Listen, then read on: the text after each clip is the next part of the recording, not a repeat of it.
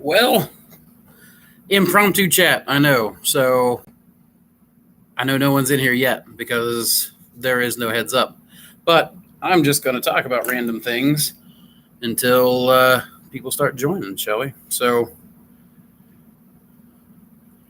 the basidia is a structure on the gill of a mushroom which allows for the production of spores.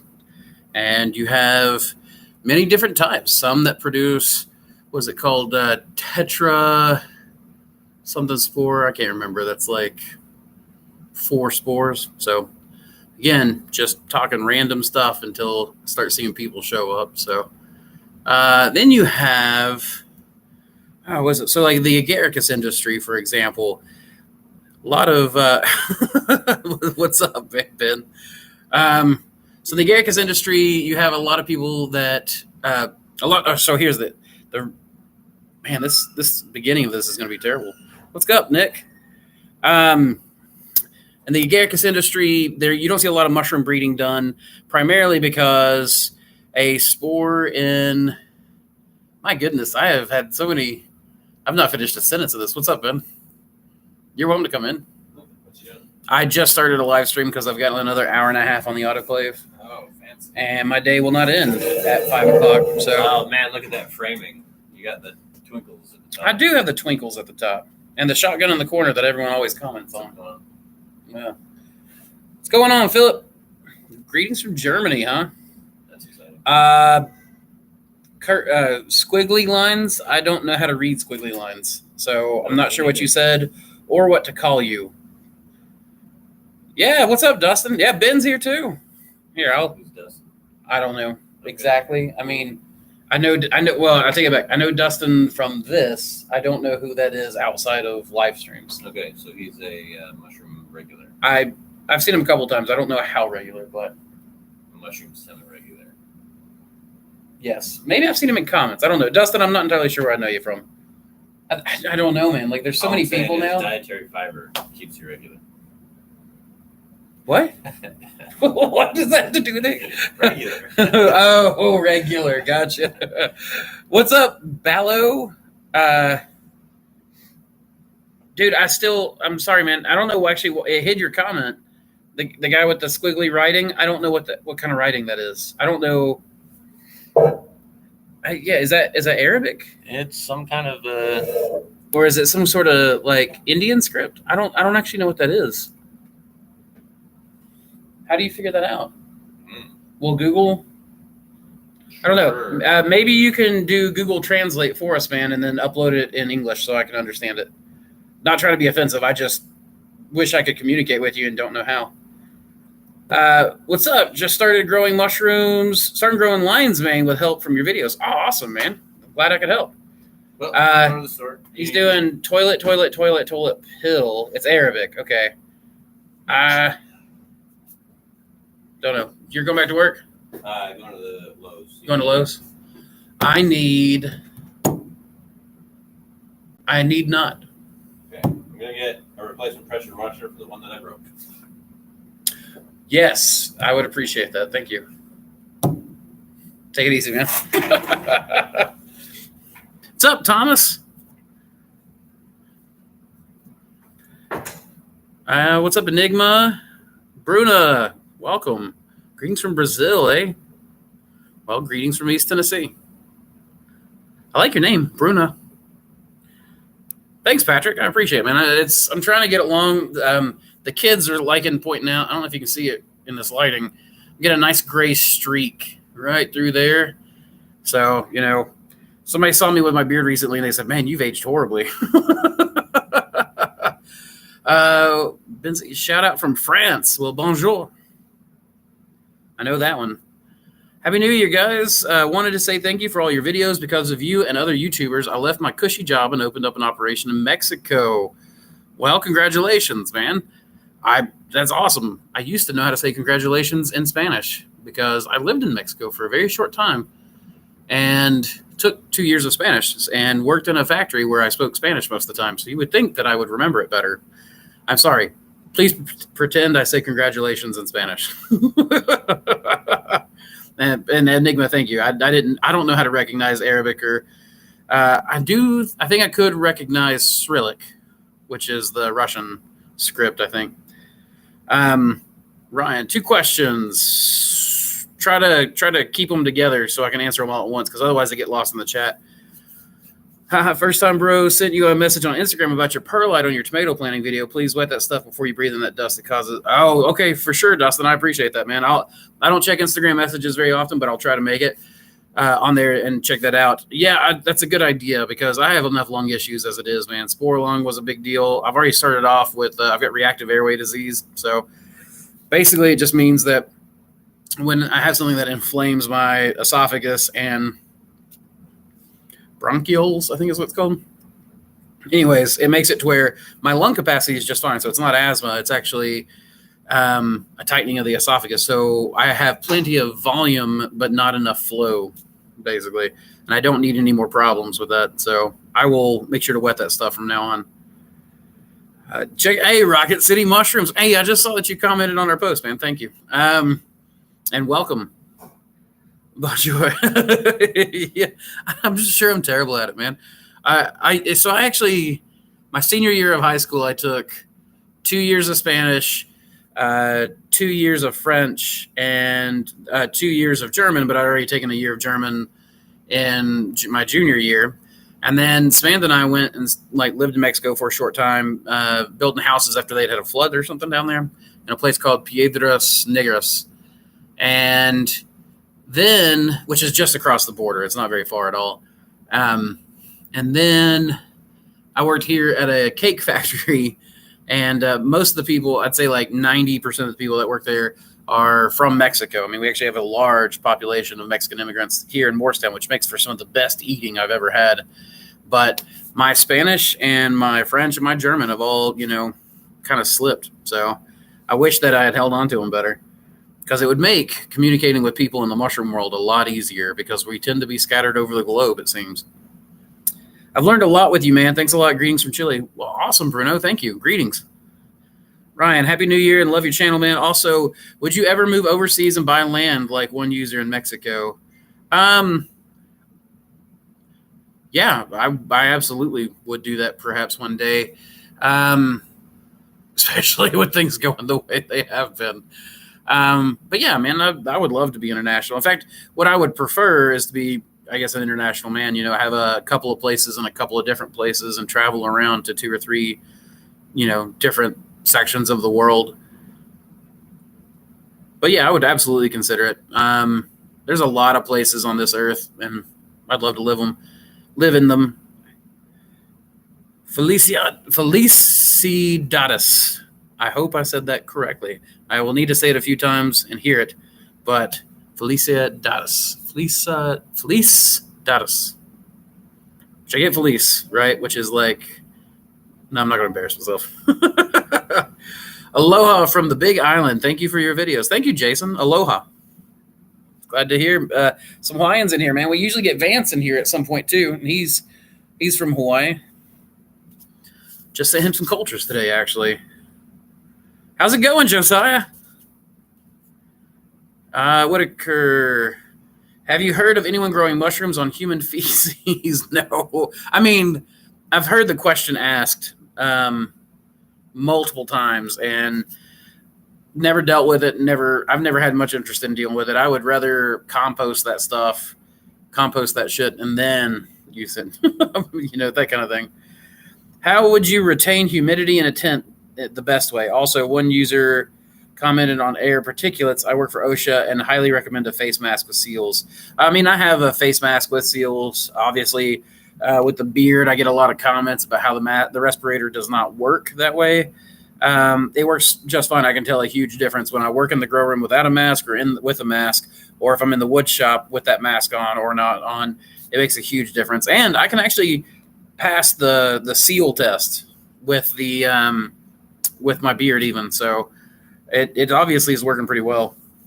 As far as the best way to retain your humidity, a lot of people will actually create evaporative, like in dry places, like in Mexico, people will use swamp coolers. And another way that I used to do is I used to just go in, if it was dry and hot, go in with a water hose and just spray the walls and floor down, and then that evaporation will cause a nice sustained spike in humidity. Yeah, I can't believe someone got offended about mossbacks. I love the name. I don't think he was offended by that. He's saying that we're a cringy channel because I call you guys mossbacks, but anyone who watches the channel knows the history behind it. It's the mossbacks are what people from my area used to be called back when this town was called Mossy Creek. So you don't like it and you don't have to watch my content. You can go somewhere else. Code Mossy. Thanks for the help, brother, man, from Virginia. Absolutely, MK. Thank you for using that code. That actually helps me a lot. I actually just got paid by House of Hydro, and apparently people have been buying some humidifiers because that was one of the better House of Hydro checks I've gotten in a long time. Hey, you too, Ocean. Yo, I miss you. May your new year stay happy all throughout. Felice.s, you got it. Felice, happy, gotcha. Happy, congratulations. Thank you. What's let's see. Hey, bro, love the vids, learning a good bit. Florida boy here. Well, welcome, man. I'm glad you're learning a bit. That's what I hope to do with people. I do it wrong so that you can do it less wrong. What are the symptoms mushrooms? Oh, no. The chat just. What are the symptoms mushrooms exhibit when fruiting room is too dry? Usually cracked caps is what I see. Actually, there's a way that I grow my shiitake. So out in the woods, you will get cracked cap shiitake that are called donko shiitake. You can do shiitake in your grow room that way by having a wider humidifier, relative humidity setting. So you get 95% all the way down to 60%. So humidifier kicks on at 60%. Kicks off at 95, falls all the way back down. You'll get those cracked caps, and you can do it with oysters too. We've called them like donko oysters and stuff, and it actually produces a better textured mushroom for sure. Hey, I'm new and growing some elm mushrooms. In your experience, how long from fruiting should it take? That's going to depend on a lot of things. You've got temperature, you're going to have airflow, you're going to have the wetness of your substrate, how much spawn you used. However, let's say that you did it exactly the way I do it, and you've got them at the temperature that I have them. It's 2 to 3 weeks normally. Sorry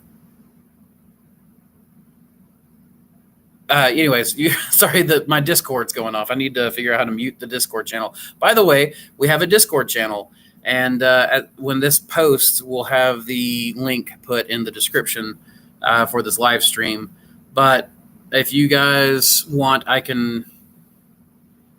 don't know where to post it where you guys could get it to it right now. But anyways, Discord, it's like these live streams. We even do face-to-face. I did one a couple of nights ago with some people. Almost 75% of us were wearing shirts. So, if that's a thing. But the Discord channels, shoot a link in chat. I don't think I can link in chat. Am I allowed to? Here, let me try it real quick. You guys will have to bear with me while I do this so that I can.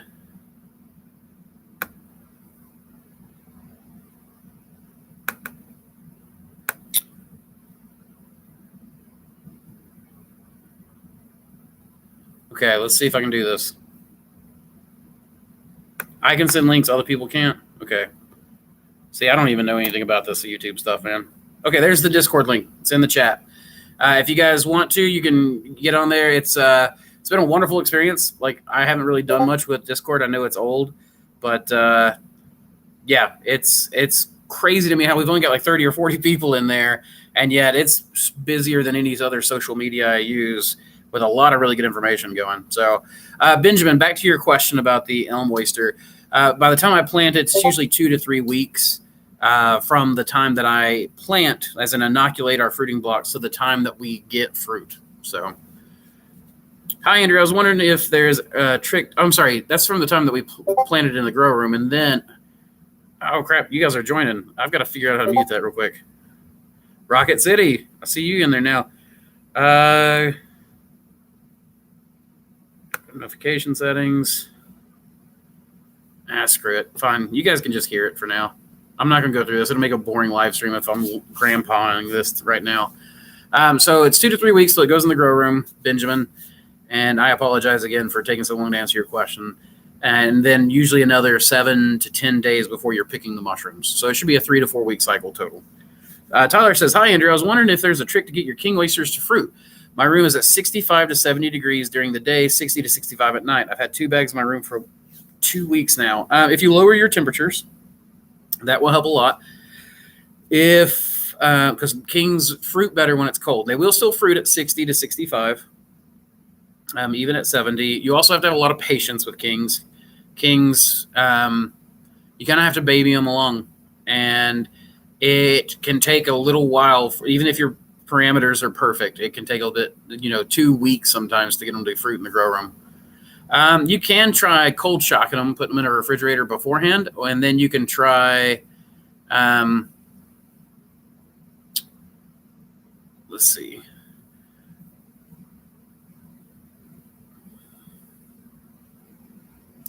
Mute server for 1 hour. Thank you, Anon. Thank you. Okay, so that wasn't so bad. Man, you're so helpful. Anyways, that's basically what it is with kings. It's usually just patience. Josh, it'd be cool if you sent me the lids I ordered like 3 months ago. Josh, I don't know if I sent you an email or not, but we were waiting on a lot of stuff. I don't have lids, and I don't know when I'm going to get lids. I've got lids with both ball and cur in lots of 10,000 each, and I don't have any coming in until, I don't know, they pushed it back another month. If you would like, I'd happily refund it or even send you that value in liquid culture. So if that's the case, just email me, man. I'll get you taken care of. I'll either get you a refund and send you out a couple liquid cultures, or I can just get you liquid cultures up to that value plus, whatever else we need to do. But I'll get you taken care of. Just let me know. Hello, are you starting pink oysters? I am. We actually have pink oysters fruiting right now. I'm trying to get the numbers up so that we can have them ready for February.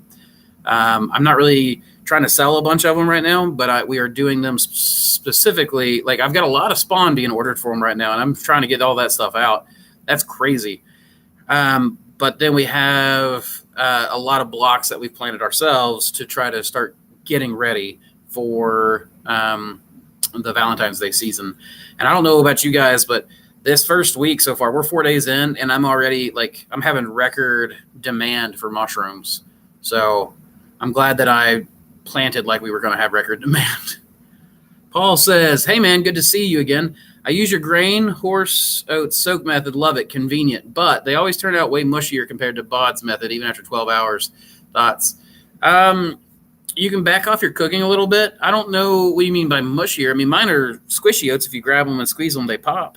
But I don't have them pop when they cook or when I shake. So, that's just, I'm not sure exactly what you mean by mushier and why mushier is a problem unless you're getting burst grains. By the way, I love your products and all your videos. They have been a major help. Thank you. Thank you, Tyler. I really appreciate it. We actually got a lot of cool stuff coming up. Try calling a bunch, but the inbox is always full. Yeah, even if I empty it, man, it fills up quick. Let's see. Never got an email. I'd love some LC. Thank you. Absolutely, Josh. Can you email me at mossycreekmushrooms@gmail.com? Just do me a direct mail. Don't go through the website on that one. I should get it before, do it right now. And when I'm done with the chat here, I'll go ahead and get your invoice pulled. And then I'll get Jackie to pull your liquid cultures tomorrow, and we'll ship out this week. So let's see. Oh, anyways, Tyler, what I was saying is, man, we got a lot of cool liquid culture coming up on the website in the next few days. We've got the beach oyster. I just did a video on it last night. We have a new one called the Old Road Oyster, which is actually reminding me a lot of the Pathfinder. I've got a whole slew of the blue snow crosses that created the Mother of Pearl. I have a whole slew coming out the door from that we're talking they're all out in the grow room, either pinning right now or in bags waiting to go in the grow room. And I'm excited to see what everything we've got. Hey, Andrew, hope you are well, bud. How much grams of spawn per bulk bag do you use? I have no idea in grams. I can give you pounds, and then you can Google back and forth on there. I use metric when I can for you guys, but I am not a metric person. So when spawn, you got to remember that's, I grew up in the imperial system. So we do 1 5-pound bag of grain to anywhere from 20 to 60 12-pound fruiting blocks. I hope that helps. I've seen people warm the unicorn bags, can burst in the pressure cooker, and that puts towels and stuff in it. Do you out spaces in the bottom? Because I watch you and others throw it straight in. No, I just throw it straight in, man. Usually, there are other reasons why people are having those problems. And it's, let's see, you're talking either people shove them in. So think of it this way: you've got a bag and you shove it in there in another way, and it's not like I do. If I'm doing a presto, I've got 2 bags on the bottom, 2 bags on the top, and they just seat like that, right? There's no pressure coming in. And if I'm doing an All-American, I've got 2 bags like that and 1 bag like that, and then we layer another layer on top of that. If you are cramming bags in there in different ways, and let's say you get a bag that has a corner, right, and then you push that thing to make it fit into your pressure cooker, you've got a lot of pressure being held by that plastic. It's just fine. That plastic can hold that pressure. But when you warm the bags up and heat them up, they can handle the heat, but they can't handle it with pressure. They get soft and it starts to stretch out. Sometimes it can blow. Sometimes when you do your bags and you don't let the pressure cooker come back down to pressure fully, and the bags are still hot, this is why I actually let my bags cool overnight typically, you can have the pressure differential in the pressure cooker, outside the pressure cooker, and in the bag, because you got to remember the bags are holding pressure slightly differently than the pressure cooker is, right? It will reach equilibrium at some point, but when I pull my spawn bags out of the pressure cooker cold, they have, created a vacuum. That's where all that when the air warms, it bleeds out, and then whenever the pressure cooker cools and that air inside that bag cools, it creates that pressure differential, and the bags will actually vacuum seal the opening that has let all the air out during the warm up, closes in on itself, and which is why my bags are so sticky whenever I'm trying to open them in the lab. If you have a rapid decompression of your system with hot plastic, you can cause blowouts. It's the same thing with burst grains too. Hey, Vance, we were just talking about you, man. Aloha and Happy New Year. I shipped your pink oyster today. Okay, thanks for the shout. Question, what strain of reishi has the highest medicinal value? I don't know that, MK. I don't know that anybody knows that. That'd be a good one. Hey, Amber. So do you have different rooms with different strains to accommodate for the different tip requirements? I do not. Everything I've got, I either do... Vance, you asked me about it right there. I've already shipped it, bud. You should have your shipping info in your PayPal at the very least. So no, Amber, I don't. Everything I do is at the same 65 degrees. I will change my relative humidity based on what's in the room. Right now, we only have a single room. Ben is working on, in fact, he's at Lowe's right now, I think, picking up supplies for the next 2 grow rooms. So we'll have triple the grow capacity from what we have right now hopefully by the end of the month. We were hoping to have it done by the end of December, but we messed up the floor. So we had to take up the floor and do it all over again. Once the floor is done, then the grow room goes up fast. Never got an email. Hey, Josh. You and I have already talked. Mason jar lids are on shortage everywhere due to the pandemic, both low production and high demand. That makes sense, Nathan. I'm actually thinking about going back to the plastics, white plastic lids, but this time instead I'm going to run a bead of silicone and then put the gasket in place, and those will be disposable because those lids are not anywhere near. They're easy to find. Hey, Andrew, what is the reason I have more contamination in growing agrosaibi, so black poplar, than with other species? I think usually that's because of how slow the black poplar grows, but I'm not entirely sure. I've noticed that too. There is more contamination associated with black poplar. I think a lot of it has to do with the slowness of how it grows. And I think the other part of that would be potentially you have your technique. Like maybe you have a culture that's been contaminated, hasn't been cleaned up fully. But I mean, honestly, everyone seems like they notice a little bit more contamination with black poplar. And my guess is the slowness of how it grows. But that means that your blocks, if you're having a much higher amount, it means your blocks are probably not getting steamed fully. Non says, nice to hear you are having good business. I'd like to start a culture only shop one day. Yeah, man. The one thing I've noticed about culture only shops is that most of them do not grow the mushrooms and therefore don't actually have much information on their website or even pictures. Like usually they'll have a stock photo of a blue oyster and it's not actually the blue oyster that they're like. And this is not, raining on anyone's parade or anything like that. Lenny got my King Blue oyster culture. I sent him one of those. When he got not the King Blue, Pathfinder. I sent him the Pathfinder culture, and I thought that he would, fruit it out and take a picture. And I was on his website one day, and I noticed that he had like a stock photo of white oysters on there. And I was like, oh gosh, man, you shouldn't do that because the Pathfinder grows so incredibly differently with that tulip shape. The pins come out, they flip up, and then it continues to grow. So if you pick it when it flips up, you're robbing yourself of yield. So I sent him a photo of mine in the grow room so that he could sell it with the proper picture so that people would have that expectation of that oyster doing that kind of thing. So just make sure that if you do that, like have a small incubator or fruiting chamber somewhere where you can take example photos so that you've got, good, proper photos of your strains. But I think there's room for just culture upon culture upon culture shops, let alone the big guy, spawn providers. And it's the list goes on right now. Like I had somebody talking to me recently about, competition and how basically they were finding it difficult because a lot of the people around here are not willing to talk to them about some stuff about growing. Like as soon as they find out you're a grower here local, they wouldn't talk to them. And I was like, yeah, that's common. That's the old guard, man. Like a lot of people, the best thing you can do is talk to each other, work with each other. Don't be so absolutely, against each other, because it's interesting how often I've helped nurture other growers in this area and how they save my butt sometimes, because sometimes they need spawn bags or sometimes they need, whatever. And I just happen to have it around, or they happen to have it around, or I need mushrooms and they grow good quality ones. And I know they do because I helped them figure it out, that kind of thing. Hey, what's up, Miser? Happy New Year to you too. Wishing you all the best for this year, Andrew. Thank you, man. You too. I hope everything goes really stellar for you. Rocket City says, your Black Pearl Kings are aggressive.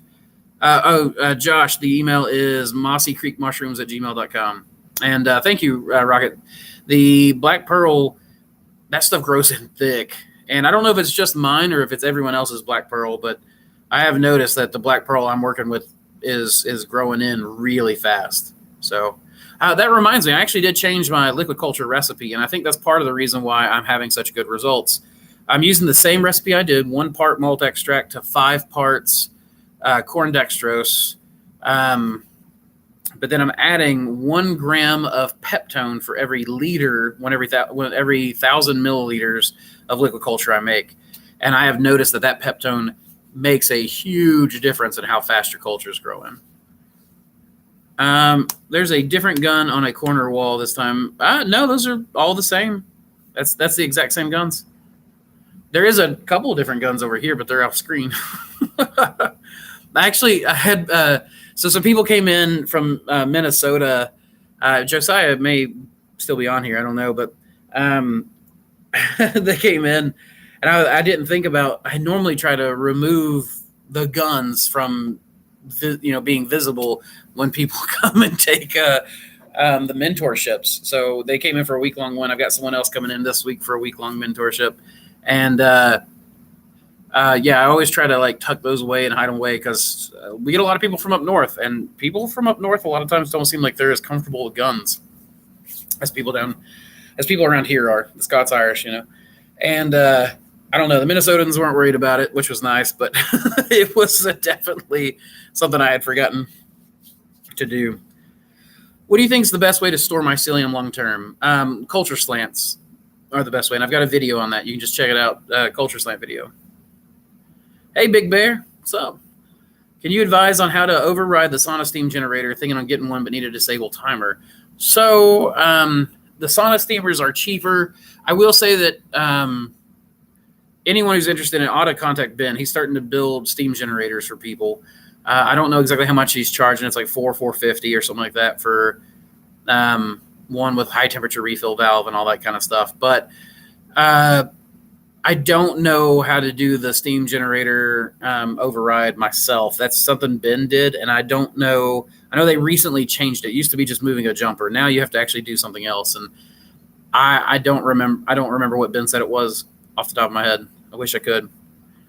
Ocean says, have you ever noticed any issues with putting any warm climate cultures in the fridge, like getting slower growth or less mushrooms than not putting cultures in the fridge?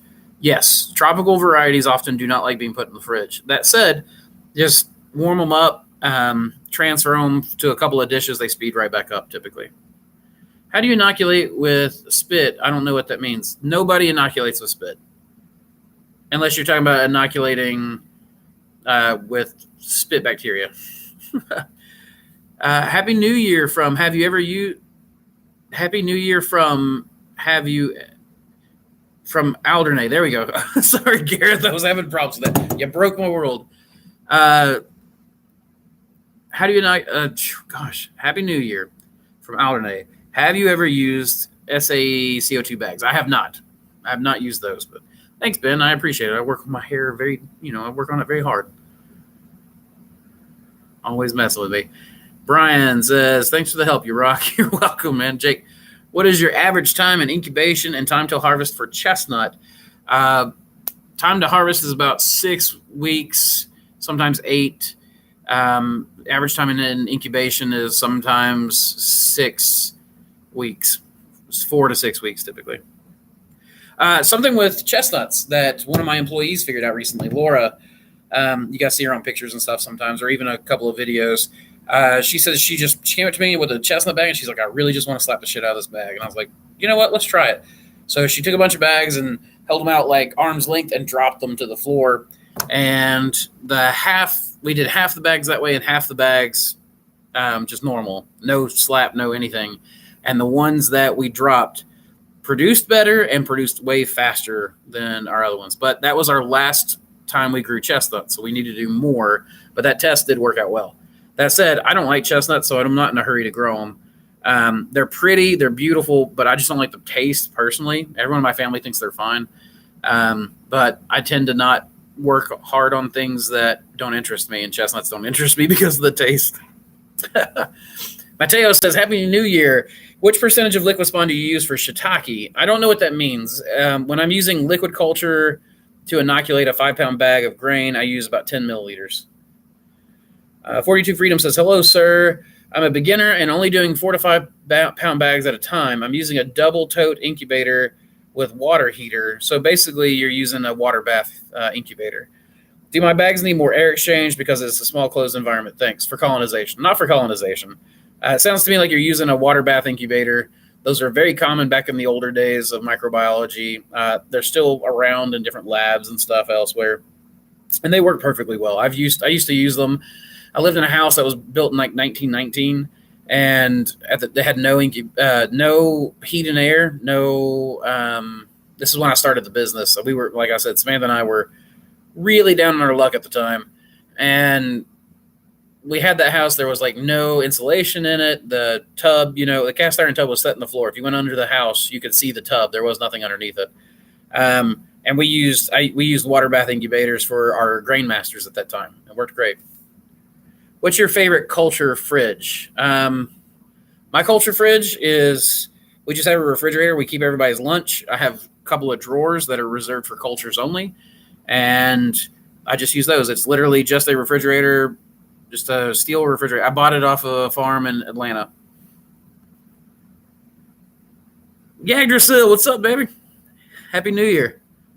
Rocket City mushrooms. It is. I will be looking into Peptone. Yeah, Peptone makes a huge difference. Megan says, yes, we all need to help each other. Lots of space in the market. We are Canadian spawn producers. Yeah, I agree. There's plenty of room. This is not everybody's got their own geographical monopoly. That's not going to last forever. But even if it did, it wouldn't be good if it did, number one. But number two, I've got 3 or 4 other mushroom farms in Knoxville, and we're not all between all of us. We're not even touching all the restaurants. And Knoxville is a tiny metro. It's not a very big metro. So Ken says, hi, Andrew. Enjoying your content. Have you heard of anyone successful growing lobster mushrooms? Any thoughts on how to go about infecting base mushrooms? All the best from Ireland. Well, hello, Ireland. Ken in Ireland. Hello from East Tennessee. Not lobster mushrooms, but some people grow, I can't remember the name. It's a jelly fungus. They grow it in China. And they grow mycelium out like on these artificial logs for like a year, and then they go through and they infect it. And I can't remember if it's like something like tremella, maybe it's witch's butter or one of the tremella. But you should look into that, because that would be where I would look to begin lobster production. And I think lobster production would be beautiful. Hope the day's been going good, man. Yeah, Sesh, it's been going great. Like today we had a couple of call-ins on the employees, so it's been a slow day, but we've had a really, really good day. I got a lot of stuff done in the lab. I got new tires put on the van, and Ben's been working on baggers and getting the CNC running, and Jackie's been cleaning the offices and the labs and just kind of getting everything ready for tomorrow. So it's been great. Thank you for asking. Jake, I'm thinking of making a trough steamer using a sauna steamer. Would a plastic stock tank work? What piping material should I use? I've seen people use them. They do get deformed over time.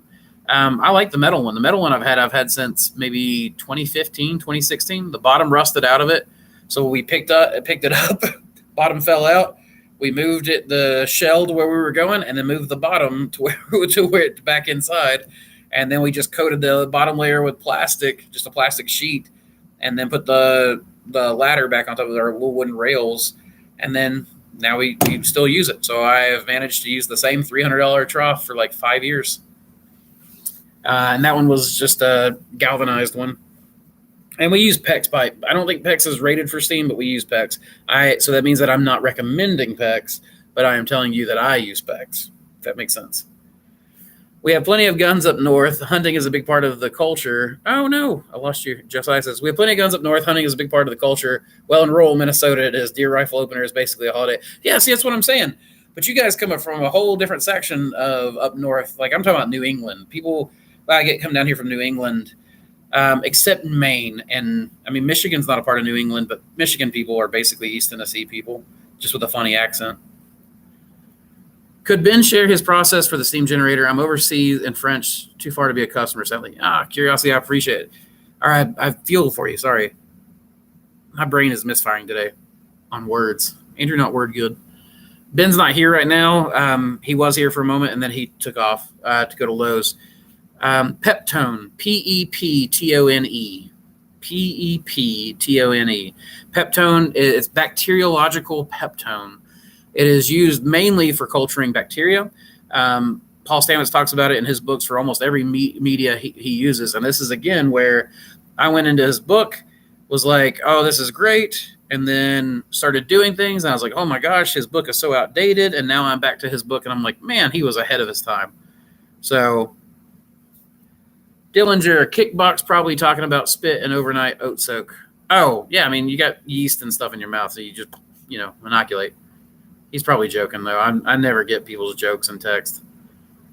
I have a hard time reading emotion in words. I'm building my mushroom farm setup from an old building. All the bag I produce will have to move from the lab to the incubation, from outside. And your contamination increases. You risk a slightly increased level of contamination, particularly in the summertime. At least if your summer is like ours. Our summers are wet and hot, which is we also have really poor air quality. In like if you're gonna have bad allergies, let's say if people get bad allergies in your area at certain times of the year, bad allergies are oftentimes mold spores. People think it's hay fever or some plant. Oftentimes it's mold blooms. That means there's increased biomass in the air, which means that your risk of contamination is higher. However, my steamer is still outside. It goes from the steamer to the lab outside. We're incubating in a warehouse, pretty much open air. We have just doors open all the time. Slightly increased risk. You just account for it. No big deal. Yeah, non-peptone. You got it. What is the maximum time you have kept slants for? Have they ever gone unviable for you? The only time I've ever had them go unviable is if I accidentally contaminated them in the process of making them. Other than that, I've had some that have been maybe 3 years old that I've pulled from. I got some from that farm in Atlanta. Actually, he had a bunch of my old strains, some strains that I had lost that I had kept in plates and never put in slants and just let die. I'm like an idiot, and some special stuff. And I was able to get a bunch of stuff off of him when I bought that farm out. We got their culture library, and he had stuff that was probably some slants I think were 1 or 2 years old, and I'm still pulling from them. I'm pulling like 3 a week out, putting them in plates, growing them out, putting them back in slants, refreshing it all. Some of it liquid culture, and it's all working so far. Event Garden Production says, "Hi, I really appreciate your channel and that you are sharing so much. I have a question. Do you have some ideas for other things to use as nutrition when making Petri discs? I'm on a tight budget." I mean, honestly, man, some kitchen grade agar and some malt extract off Amazon is not going to cost you but a few bucks. That would be the simplest dish possible. 10 grams agar. Kitchen grade is what I use now. I actually find that kitchen grade works better than lab grade for me. And I think a lot of it's because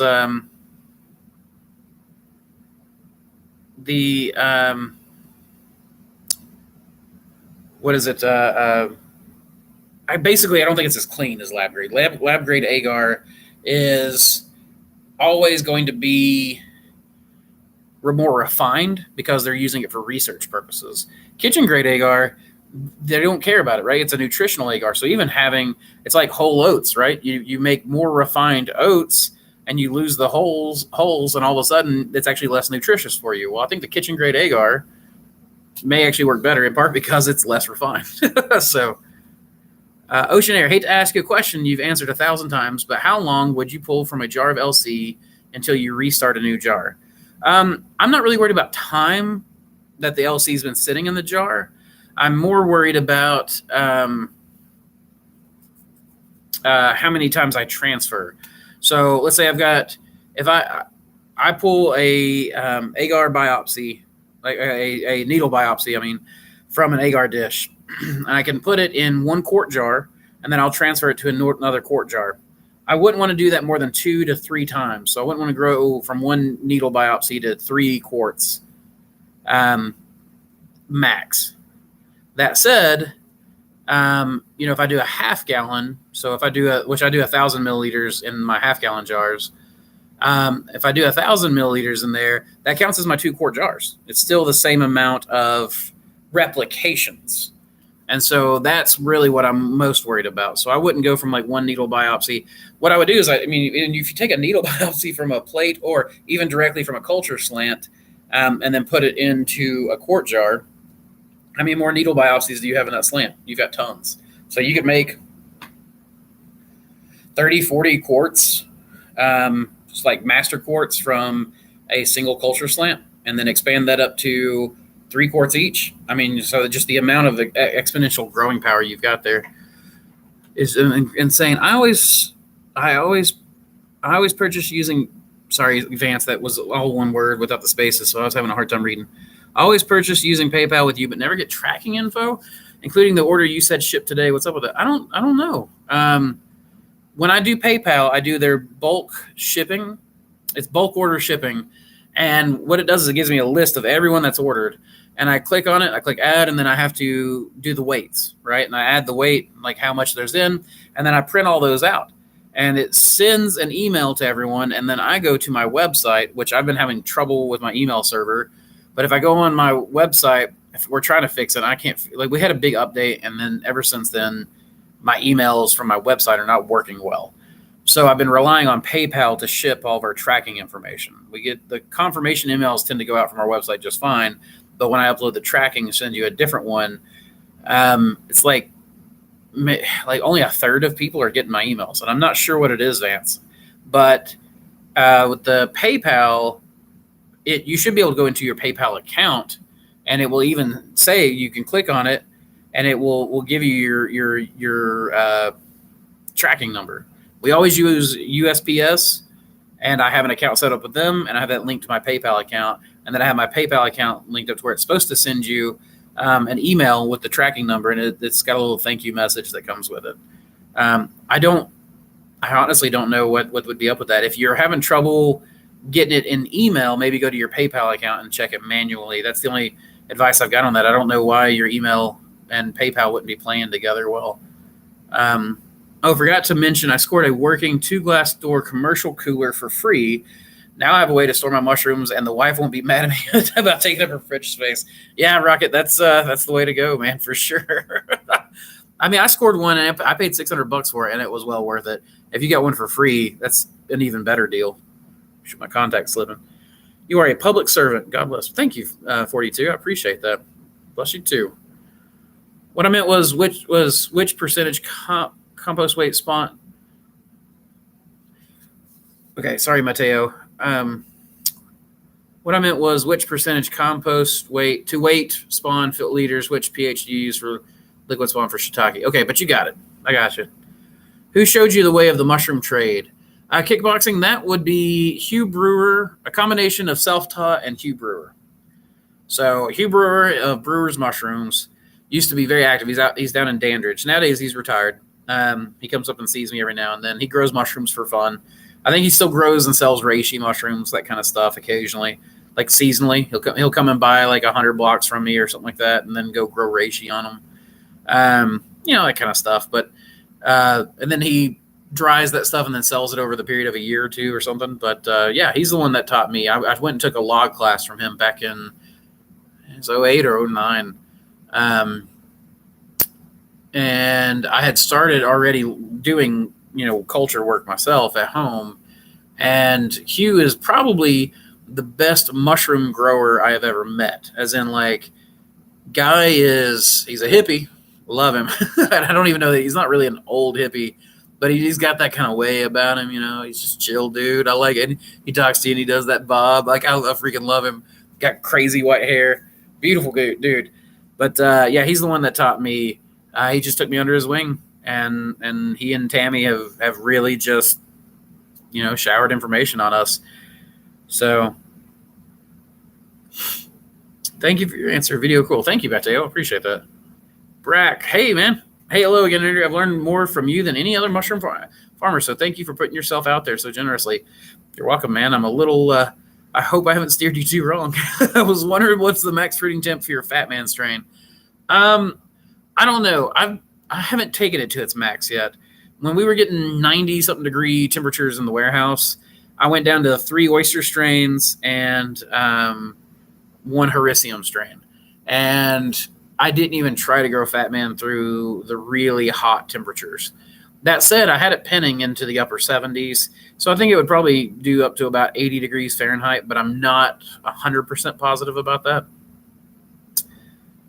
Miser says, I'm looking forward to you turning some Virgin Beach slabs into spalted slabs. I'd love to see your new office desk with a spalted Mossy Creek logo. I am working on it, man. And those blocks that I showed in the video are even better now. Ben and I are actually, we're going to start processing those blocks into the project that they're going into. Hopefully tomorrow, I'm going to start cutting on them and trying to get them to dry fast. Ooh, I don't know if you guys just heard that pop. That was my knee. If anyone can do it, I know you'll make this fantastic idea to come to life. Well, Miser, I really appreciate that. I do want to work on it some. The problem I have is I don't have the time to do a lot of it. So sourcing the milled products and stuff, I'm going to have to get either somebody else to help me with that. So why I kind of put that video out there actually is because I'm really hoping somebody else will lead the charge on the spalt. I think it's a beautiful idea. I'll help in any way I possibly can. But I am so slammed right now, and it's a project I'm so passionate about that I really hope someone else starts working on it. And if anyone does start working on spalt really heavily, and they want some help or advice or just to chit chat back and forth, the Discord server actually has a channel on spalting. I'm happy to help there, or I would link up with somebody and help them as much as I can. Again, my time is limited, but I'll do whatever I can if you're willing to head up that project. But yeah, man, I'd love to do a big Celtic knot out of spalt on a table, out of live slab. That'd be the best office ever. Thank you, Matt. Great work. Love watching your videos. I really appreciate that. Where can I buy less than 500 grams? Peptone? I bought mine off of Let's see. I think I bought it off Fisher Scientific, but if I didn't buy it off Fisher Scientific, I may have bought it off Amazon. So, hey, you grow mushrooms. You're not a professional languager. I agree with you. A sink. How long will it take before Griffola will fruit? What are months? Like 2 to 3 months is what I usually wait. I expect to wait on. The first signs are the gray blobs, and I just really let them start growing out like crazy. By the way, would anybody like a good secret on this? I already know you do, so I'll just tell you. That's a stupid thing. I always hate it when people ask me a question that they're going to answer anyways. Fruit your Griffola, your hen of the woods, till it hits the top of the bag, never even opening the bag. And that stuff will be really velvety, and it will grow in an antler form, much like a reishi does when it's in high CO2. And you can sell those mushrooms as antler velvet. That's what I've been doing, selling them as antler velvet mushrooms and upcharging them another $30 a case. And my chefs have gone insane over them. So, and they're like, antler velvet mushrooms, I've never heard of these. So maybe try that. It's well worth it. It increased how much growing I could do without a grow room this year. Now we left them out in the warehouse and just let them fruit in the warehouse that way. And it was spring and fall that we got them to fruit that way. And it took about 6 months from the time we inoculated till we were harvesting. But I mean, if you've got the space, and we did and do, then I mean, we're almost full out there, guys, in the warehouse already. I don't even know what I'm going to do for space. I thought it'd take 5 years to fill this place up. Let's see. Use an All-American. Dustin says, used an All-American to PC liquid culture and used washers to stir bar, but notice dark floaters in the medium. Biopsy of the wild lion's mane worked great, but what do you think about the dark spots? So the first time I ever made liquid culture, I used a couple of screws for my stir bars. I used, for the 2 jars, I had screws. They actually wore out the glass on the bottom and churned up glass and metal into my liquid culture. I don't think it was going to cause a problem, so to speak, but it wouldn't be my ideal way of doing things for sure. Yep, in Maine, forget owning any real guns without jumping through hoops. Really? I figured Maine would be like hunter's paradise. You guys have like such amazing deer up there, I thought. You can use Ovaltine for malt, says Megan. I have never heard that, but that sounds good. Probably nutritious. When cleaning your grow, do you clean surfaces that appear clean, such as walls, or just clean all of the dirty areas like shelves and such? Okay, so the way we grow is we have the one grow room, 2 aisles, 4 sets of shelves. Every week we come in, we take all the blocks off of one shelf, throw them out, come in with a pressure washer, clean every surface right there, and then spot clean the rest of the grow room. Then wipe down everything with bleach rags, all the PVC rails, and then we come through with the vacuum everything up, and then we restock that wall. Next week, we'll do it to the next wall, the next wall, and the next wall each respective week. So we got a 4-week cycle per grow room. And yes, that means that every surface gets cleaned, whether it looks clean or not. If it looks clean, it doesn't matter. It's probably dirty.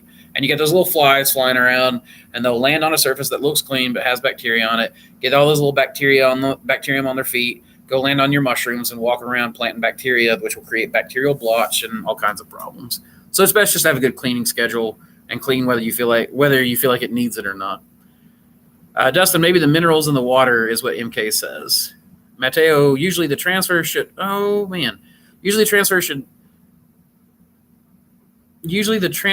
not more than the F8 level. That's from what I know. Hope helps. I don't know what that means, Mateo. Sorry. Event Garden says, thank you so much. It means that I can start some tomorrow. What do you think about trying to grow wild chicken of the woods? Possible with agar and some sawdust on discs. Sorry for bad spelling. No, you're fine. What do you think about trying to grow wild chicken of the woods? Okay, so we have grown chicken of the woods in the grow room. The only strains I've ever got that produce really well are wild strains. So we go out and we clone one local. They lose their aggressiveness over time really quickly. The problem was that on our bags, no matter what recipe we used, our 12-pound bags would only produce about a 1/4 pound of chicken of the woods. And they took a while to do it. So it just became not worth it to me. Now, I know that there's a company in Poland that was growing them, and they were having much better results than I was. I have no idea what they were doing differently, and I think that would be worth checking out because chicken of the woods is a high-value mushroom. Matt says, I just started hunting mushrooms in the spring, love it, and starting my own outdoor garden this spring. Do you have any courses for mushroom hunting? I don't.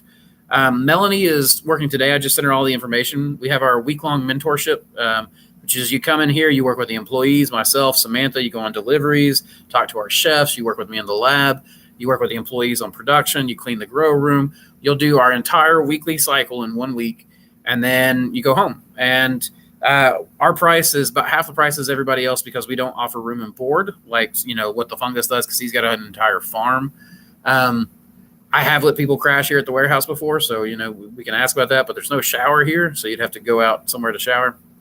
That said, that's the only kind of class I offer is the cultivation. Now, I do have people here local to me that I know that are famous mushroom hunters, and you can pay them to go hunt with them, and that would be great, especially during the actual hunting season.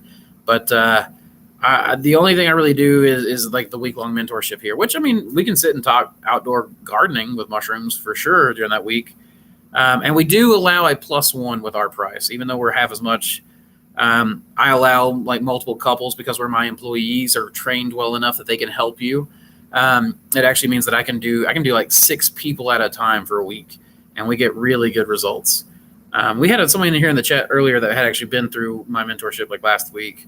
Though he did his week long in a 4-day. So that was pretty rough.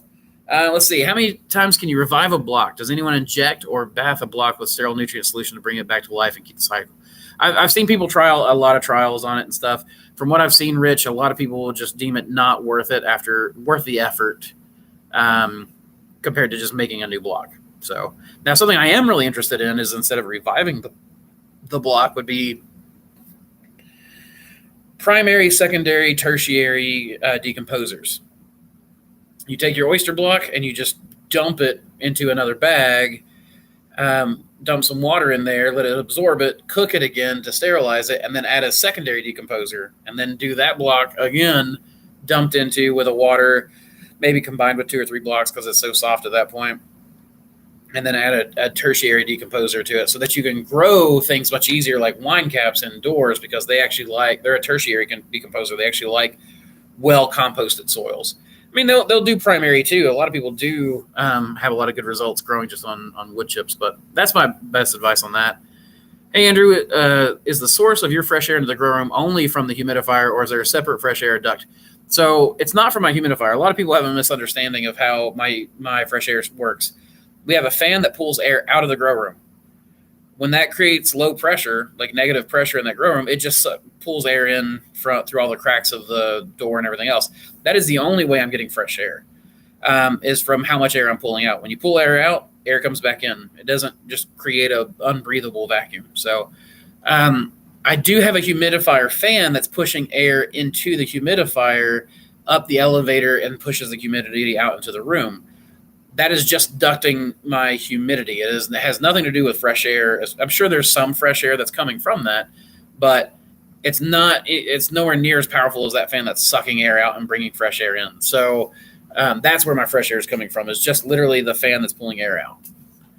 Dillinger, pro/con, if you can use LC 500 milliliter jar down to 100 milliliter, can you just add more malt extract, corn dextrose, and just multiply LC? So Dillinger, I've actually thought about this. What happens if I just took more and just put it through, like cooked it, made it sterile, and just added more? I think you could do that. I don't see why that would be a problem. I've never done it, but because it just seems to me like it's easier to do all your bulk in one big container and then just take out some and add it to another bulk container than it does to try to go smaller containers and then add your bulk into multiple jars. I don't know. If you come up with a way that works really well, let me know. I'd be interested. I'm always interested in seeing ideas that I don't think would work super well. I'm always interested to see how they work because I love being proved wrong. Aviator, I get it now. Aviator. Happy New Year from Arizona. Growing your King Blue oysters right now and loving this strain. Thanks and best wishes. Thank you, Aviator. Yeah, I love that workhorse, man. And Happy New Year to you too from East Tennessee. Brack Hogan. Brack. After inoculation, how long usually when your king oysters are ready for harvest? At what temp do you get? So king oysters are about a month-long incubation and about, they live in the grow room for 4 weeks, but they'll usually produce twice in that time. It's usually 7 to 10 days, about the same fruiting time as an oyster, maybe 10 to 14 days if, temperatures are slow. Temperatures are cold, making it grow slow, that kind of thing. Rowan says, Spalt cultures arrived today and are going to LC tomorrow. I'm on board, pun intended. On board. I love it. Rowan, I knew I could count on you. Oh, Rowan, I need another copy of that Hancock oyster. I've got a few oysters that I've been, like wild oysters that I've been buying from other companies. So I've got one that's the Old Bay oyster from the Ohio River Mushroom Company. That one's in fruiting blocks now. I'm trialing it. I'm adding that to the archive. I really want to add your Hancock oyster to the archive. So if you can send me another plate. I messed up all the transfers that I did on yours, I think, or I don't know, man. I don't know what the problem was, but if you can get me a new one, I'll get that added up. Because everyone that sends me their oysters, I'm going to trial it, add it to the archive. I'm not going to sell it. I might use it as breeding stock, but I'm not going to sell it. So this is talking to everybody else. If you have an oyster strain that's a wild, unique oyster strain or one that you've bred and you want me to add it to the archive, I will publish it. I will publish where I got it from, my weights, my experiences with it, and then I will put a link on our website, or at least an idea of where people can go to buy it from you. So if you would like to do that, I'm not planning on just selling other people's strains. It always bothers me when people just buy my strains and resell them a little bit. Bothers me some not at all, because I've got so many coming in that it's going to drown all that out. But I am wanting to use all this stuff for breeding stock. So I will say that I will do that, but I will absolutely tag you in it, give you credit, make sure people know where to get it from you.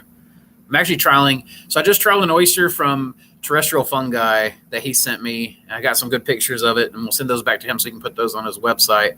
And then I'm about to make a video on it because it's fruiting in the grow room right now, and it does have a really good smell to it. Its weight's a little light, but I'll be linking his website in there soon. Rich says, peptones contain amino acids. I'm wondering if you can just buy amino acid supplements cheaper. Maybe. I will say that the biggest thing that I have with peptone is the smell. It smells delicious, terrible. And I have... before, I used it one time without a mask, and it made my lips swell up. That said, it doesn't seem like it makes anybody else's lips swell up. So, not really swell up, but get bumpy, like I'm having an allergy. So, I don't know. But I had the same results. I used nutritional yeast, and I ate some of that nutritional yeast, not just a big spoonful, but on food, like they tell you to do. And it gave me that bumpy lip feeling. So. And I know that most of the amino acid peptones, come from yeasts. So I don't know if I just had an allergic reaction to the yeast they use or what. But Rich says, MA, Massachusetts. Oh, gosh, yeah, Maine's ME, like an idiot. I told you I don't word good. The DA has an approved firearms list. Yeah. What, you live in, Nazi Germany? Good grief. I sent you some pictures of spalting. Oh, that was you. I saw that, and I hadn't responded to it yet, Curiosity. That is beautiful. I guess you saw that I've got that in the bags right now. I have no idea what it's going to do to sawdust. I look forward to it. But, yeah, those pictures you sent me, man, get on our Discord. I got the link up in the chat. Get on Discord, man, and post those in the spalting, because that was just absolutely gorgeous. Did you spalt those yourself, or were those wild found? Matt says for growing. Oh, man, I'm not sure. Oh, for growing classes. Yeah, man, I do offer. So it's going on the mentorship. It's going on the website. I just sent Melanie the pictures and the information today. So hopefully that'll be on the website tonight. My website, you'll be able to schedule it. You just pick whatever Monday of whatever week you're wanting to do it in, and tell me the name of you and your +1. And if you can, put in the notes section what you're hoping to learn, and I'll make sure to cover it. So let's see. Jake, what are your favorite strains for temps in the 50s? King oyster, enoki, Enoki, hands down Enoki. I've got a white and a gold Enoki that I freaking love. And the spawn, it smells like fruit when you're busting the Enoki spawn up. And then I got one called a Velvet Foot. And I got, let me think about this because I was just talking to you guys about crediting people. Velvet Piapino, not Piapino, oh gosh, Velvet Enoki, the Flamulina. There we go, Flamulina. I got the Velvet Foot is what he calls it, from Jeff Maginero, I think is how you say his last name, of Appalachian Gold. He's on Etsy. If you guys, I haven't fruited it yet, but it is growing into blocks like lightning. It is so fast. So maybe you guys check out Jeff at Appalachian Gold. He focuses mainly on cordyceps species. He goes out and does wild collection of genetics in Appalachia. Guy is awesome. I'm also trialing his oyster, and as soon as I have the results for it, we'll go on the archive. But I just put that to Liquid Culture yesterday. Boogie Woogie says, "Hey, Andrew, just want to let you and Ben know I got the bagger here in Oregon. Nice, man. Did my first test bag with it last night, and it works lovely. The first bag came out weighing at 8.5 pounds. Do you have a little variation in the bags between weight? Variation in the weights between bags? Not typically.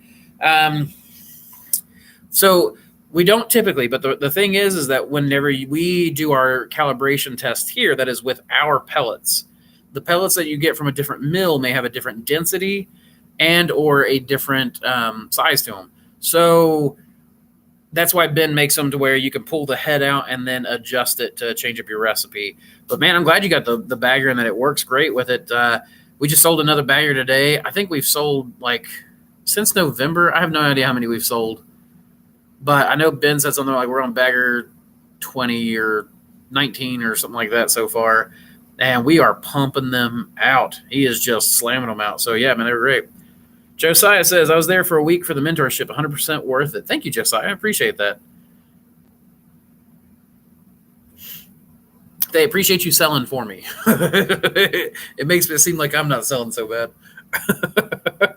Nah, man, it was good having you guys. You guys are some of the quickest learners I've ever seen. Bruno, how much crop should I expect from a 5-pound oyster block? Oh, by the way, Josiah, put it in the chat if there is. Is there any way someone can go see your focus stack photography? Because I would love for people to see some of that stuff. I want you to start doing mushroom shots too once you start getting your grow going. This guy has got some of the best focus stack stuff for an amateur I've ever seen. And I'm not calling him an amateur. I think he would call himself an amateur. But, it's on the Discord. Go on the Discord. Check out his focus stack. He's got like a moth that's like, it's just gorgeous. Anyways, Bruno says, how much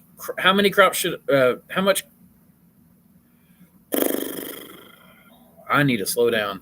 How much crop should I expect from a 5-pound oyster block? Is it directly proportional to quantity of substrate to the quantity of crops? Thanks again, bro. Yes and no. So there's a lot of factors that go into it. And an oyster bag will produce, like my 12-pound bags may produce, 6 or 8 flushes. But I only keep them for 2 because the quantity and the quality of each flush goes down after the first 2, like sharply. Like if I get a 3-pound cluster on my first flush or 2.5-pound cluster, and then a 1-pound cluster on my second flush, and then my third flush is maybe 0.5 pound. Well, I could have already put a new block in that was producing 2.5, 3 pounds first flush. So it was worth changing that out like that. As far as how far you can go, I don't really know. It's going to be strain dependent. It's going to be substrate dependent, your moisture content, etc. What I would say is from a 5-pound oyster block, a lot of people seem to get 1 to 1.5 pound flushes on their first flush pretty easy. Another way to put it is my substrate is going to be different than your substrate, which is going to be different than someone else's. So it is genetics to substrate, to depth of substrate, we'll say. Another way to look at it, I guess, maybe this will help, would be, let's say I have a 10-pound block, and this is just saying a 10-pound block, and I expect it to produce 2 pounds of mushrooms. Then I put 1 hole in that block. That 1 hole is going to create a 2-pound cluster. If I do 2 holes, that'll be 2 1-pound clusters. And if I do 4 holes, that'll be 4 half-pound clusters. So it that substrate is expected to produce a certain amount of weight of mushrooms, but that's going to depend on what you're using. Like, I don't know how much weight because it's going to depend on your strain and your substrate choice. But I hope that helps. Like, those kind of open-ended questions are hard for me without knowing. There's so many variables in mushrooms, and this is what makes it so hard to make a standard, which is why, again, I want to do that archive, because if I have a master's, like, let's say that you go in my archive and you see this oyster produces 2.75 pounds for me on average first flush, and you get it, but you change your substrate up a little bit, then you go, okay, well, it only produced 2.5 pounds for me first flush. Well, at least you're seeing a baseline from my operation, right? But because your substrate choice is different, you've got that. Now, if I can get those numbers back from you, now we can add substrate choice, grow room conditions, even pictures from your op, et cetera, to the archive. And that will continue to proliferate, hopefully, until we get enough information that we can create good quality standards. But again, I mean, it's just going to be hard until we get that kind of stuff to cut through all the variables, because I mean, science is one of those things you just have to do it enough times with enough variables that you can repeat your results. Let's see. Patty Feeney. Hey, man. New Year greetings. Happy New Year. I did it. I finally jumped in. Congratulations, man. Started my grow. With your help, I have great success in the lab, and incubation room is filling up. Hope to start fruiting in about a week. Well, shoot, man, if you're already doing lab work before you're doing the grow, I always suggest going from grow to lab work. But yeah, man, check that out. So let's see. Discord, how have I missed this? How do I get in? Miser, I just put it in the chat again. So Miser, if you're still on, I just put the Discord link. You're welcome to join. We just started it like a week ago, and it's already like we've only got 30 or 40 people in it at our weekly did like yesterday or 2 days ago. Jesse Campbell's in there. You guys may know him from the chats a lot. He's very active on Discord. And he's very knowledgeable. Matt, thanks. I would do it for sure. I have a great place for outdoor growing in Northeast Pennsylvania. Well, man, that sounds good, man. Just let me know. I'm always happy to do mentorships. That's like my favorite part of the job is having people come in and just talking to people. It's a resource I wish there was more of whenever I was getting into this. There were people like Paul Stamets did class, but you're talking, $3,000, and he'd do like 20 to 30 people at a time. And, it probably would have been worth it to me to do it back in the day, but I guess I kind of like doing it because the way I did it, because created a different tech tree that I like a little better. Daniel C., what would you suggest when using a pre-made grow tent for fresh air intake? Thank you. Most people just run a duct into that tent and then have a fan on the end. So just a can fan with a duct run from the little windows the greenhouses have. You just put your vent in there and then block that window off, and then bam, you've got your ventilation. Easy peasy. Brack, does liquid culture gradually degrade when stored in the fridge as far as their viability? Something to do with the sugar giving them the equivalent of diabetes, basically? No, not normally, because the amount of sugar that's in my liquid culture. Vinny, you okay? Vinny, come here, buddy. I'm sorry, guys. Give me 1 second. Hey, bud. Everything okay? Let's see your mouth. How'd you get a burr in your teeth? Good grief. Give it. Give it. Give it. There you go. Good boy. Good boy. Shut up, good boy, Vinny. Good. All right. So anyways, the amount of sugar that's in my liquid culture shouldn't, like I said, you can go earlier in the chat. We can do 3 quart jars from an initial needle biopsy. So, if you go from a needle biopsy up to 3 quart jars, 2 is my preferred. I will do 3 in a pinch. But stored in the needle, it's not going to replicate any more times than eventually the sugar is going to run out, and it's just going to sit there. And I've had liquid culture sit on a countertop, not in the fridge, in room temperature for over a year. Come out, works great. So hopefully that helps you. Have some good clean plates ready to go, and we'll get it out ASAP. Thanks, Ron. I really appreciate it, man. I want to get your Hancock oyster on there. I know you were talking about it. I always love – there's something about wild oysters from one wild oyster to another wild oyster to another wild oyster. They all have that oyster flavor, but they all have a unique flavor to them. It's not like so many of the commonly cultivated oysters all taste the same. You might get a little bit of a texture difference, but man, it's just insane to me, the difference. Like the N&G oysters got this savory smell to it, makes your mouth start watering like crazy. It's the sweetest smelling oyster I've ever smelled. In fact, I've started trials like malting grains with the Pathfinder oyster to use in brewing so that I can use it in mead and things like that. So that kind of stuff. But yeah, man, Rowan, you were telling me about the smell of your oyster, and that right there, that smell equates flavor. And I want to get that in. I want to get into breeding trials as quick as possible. And then we'll get it up on the website for you. Patty says, is it natural for grain spawn bags to be a bit wet inside when retrieved from PC? This seems to cause inconsistent sealing. Any advice? So sometimes they can be. Sometimes that can be you're pulling them out still warm and you're not letting them cool down fully. Sometimes it means you're pulling them out warm and letting them cool in front of the hood, and that rapid cooling is causing a lot of condensation buildup in your bag. Usually the best way to do it, in my opinion, is to cool down in the autoclave or pressure cooker as long as you can. I will say pressure cookers tend to make wetter bags than autoclaves do. So I used my Prestos until I could afford an All-American. And now we have an All-American 75X that I do most of my grain spawn in now.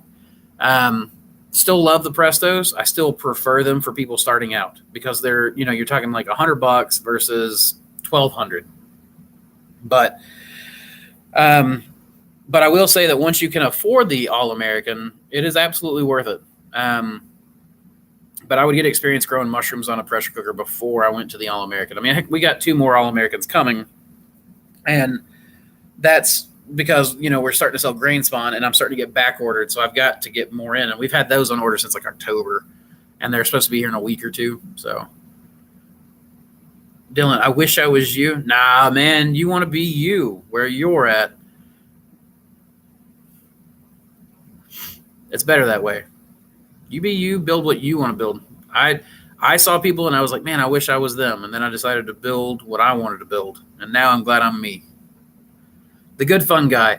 Just got the lion's mane culture I ordered in from you. Super excited to knock up some jars with it. Yeah, man, get to it. I want to see that. Give me some pictures. Love seeing you guys grow stuff. I love seeing all the farm names come through here. There's so many farms now. It's beautiful. Can you make a video on lab design? Boy, that'd be a complicated video. And my lab is not well designed. I'll tell you what, son. When we go through the lab build out, because we got to do some rebuilding in our lab. Like we literally just moved in here in March, and then never really quite built the lab. It's a temporary lab. Like all of my shelves are rolling shelves. The table, I guess, won't be leaving the room without taking the legs off. And then my HEPA filter, I don't even have positive pressure in my lab right now, so it's just recirculating air. It is not at all the way I want it. But to get it the way I want it, we are going to have to sit down and design it. So I'll tell you what, when that happens, I will be working on a design video. It's going to be a bit, but I will do it. What's up, Michael? Good Fun Guy says, any tips for fruiting your lion's mane on a master's mix block? Yeah, inoculate your block and then fruit it. Now, the best way to do it, in my opinion, is instead of the square cut like what we do or the X like a lot of people do, just take your knife, punch a little hole in there, put it on your shelf, let it fruit. That smaller hole will stretch as the mushrooms grow, and it'll keep you from having a lot of contamination problems with your hericiums. Dune, what's up, Dune? Just jumping real quick in and out. Hello, hope all is well. Keep up the awesome work. Love you guys. You too, Dune. Take it easy, man. Hey, when that movie comes out, we need to figure out where you're at and see if we can like fly somewhere and meet in the middle and go watch that Dune movie together. Please suggest some of the best suppliers to get pure culture for commercial grain spawn production. Okay, so if you want unique stuff, I always say come to me. But if you want it fast and quick and in large amounts on the cheap, go with someone like Amisil, Lambert's. Those are the 2 biggest ones I can think of. So, oh no. Discord's back up. I muted it for an hour. Let me mute it again. Mute server for another hour. Great. All right. Let's see. Anyways, Hassan, that's the ones I would suggest. Lambert's I think Lambert's has better genetics than Amisil. Amisil, I just don't like their oyster. I think it is a tasteless, gross thing that is only worth being sold to distributors. However, it is heat tolerant and fast growing and produces large pounds. So if you're selling to a distributor and they don't care what your mushrooms look like, they don't care what the taste value is, they just want something with a decent shelf life that they can get their hands on, and then all you're looking to do is sell to the distributor and get that weight and get as much weight as possible, sell 30 to 15. But Lambert's is far better genetics wise. Their gold, their Italian, and their blue are all superior to most other strains out there. My blue is a spore isolation from a Lambert's 123. And the father strain or mother strain, I don't know what you would say, one of the parents in my mother of pearl was a Lambert's 123. Mixed with a snow oyster from North Spore. North Spore is another one. And right now, their snow oyster kicks ass this time of year. So that's a good one, too. Days to fruit. It's basically like an oyster speed. It's beautiful. Boogie Woogie, thank you. That bagger is a game changer, isn't it? A bag every 6 seconds on a bagger that's sub $2,000. Ben has really outdone himself with that, man. That has changed. It changed my life. I'm actually thinking about buying another one. I'm going to have we're probably going to get 2 different baggers for 2 recipes, because we've got our goat mix that I'm using for oysters now, and then the Masters mix, which I use for almost everything else. And then we use wheat bran for shiitake. But the can't handle wheat bran, and I'm having a hard time finding wheat bran pellets. So if anybody can find wheat bran pellets for me in this area, that'll help.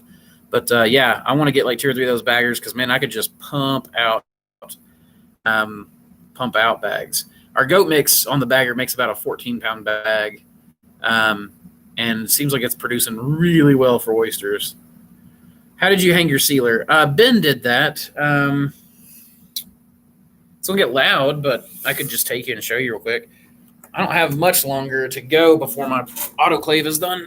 Oh my gosh, I've been sitting so long on my hips. I've always had issues with my hips anyways. And recently did a bunch of work, like working out and stuff, to rehabilitate them, and they are better. But if I sit for a long time, they get frozen. So how's that? Ben just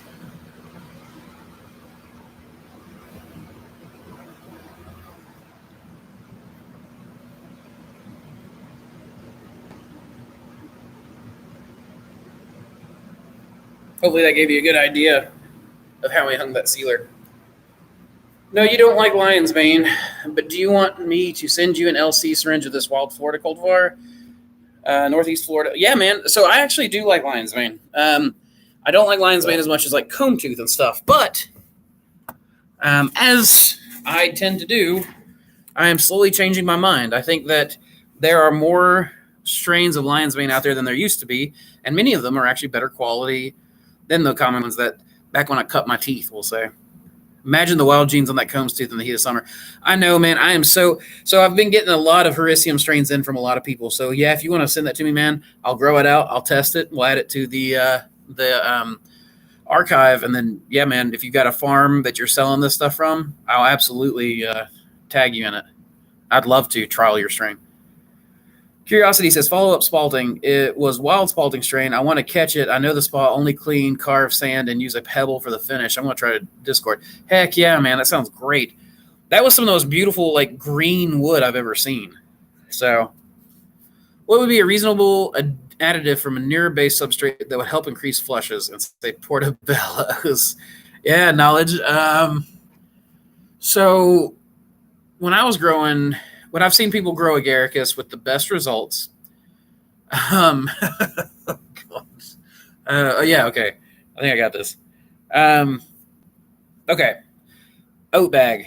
Take your 5 pounds of oats, or 10 pounds, depending on what size bag you're growing in. For every 5 pounds of whole oats that you're going to inoculate with liquid culture for those portobellos, do a good heaping handful of black cow from like Lowe's. You can go get black cow. That would be the manure compost.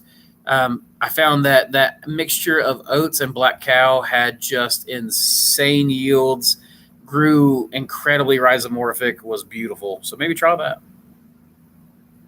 Craig says, built my business on, oh no, on your videos plus Myers and Angel. Just wish I could get you to ship my order. Well, Craig, we'll have to see.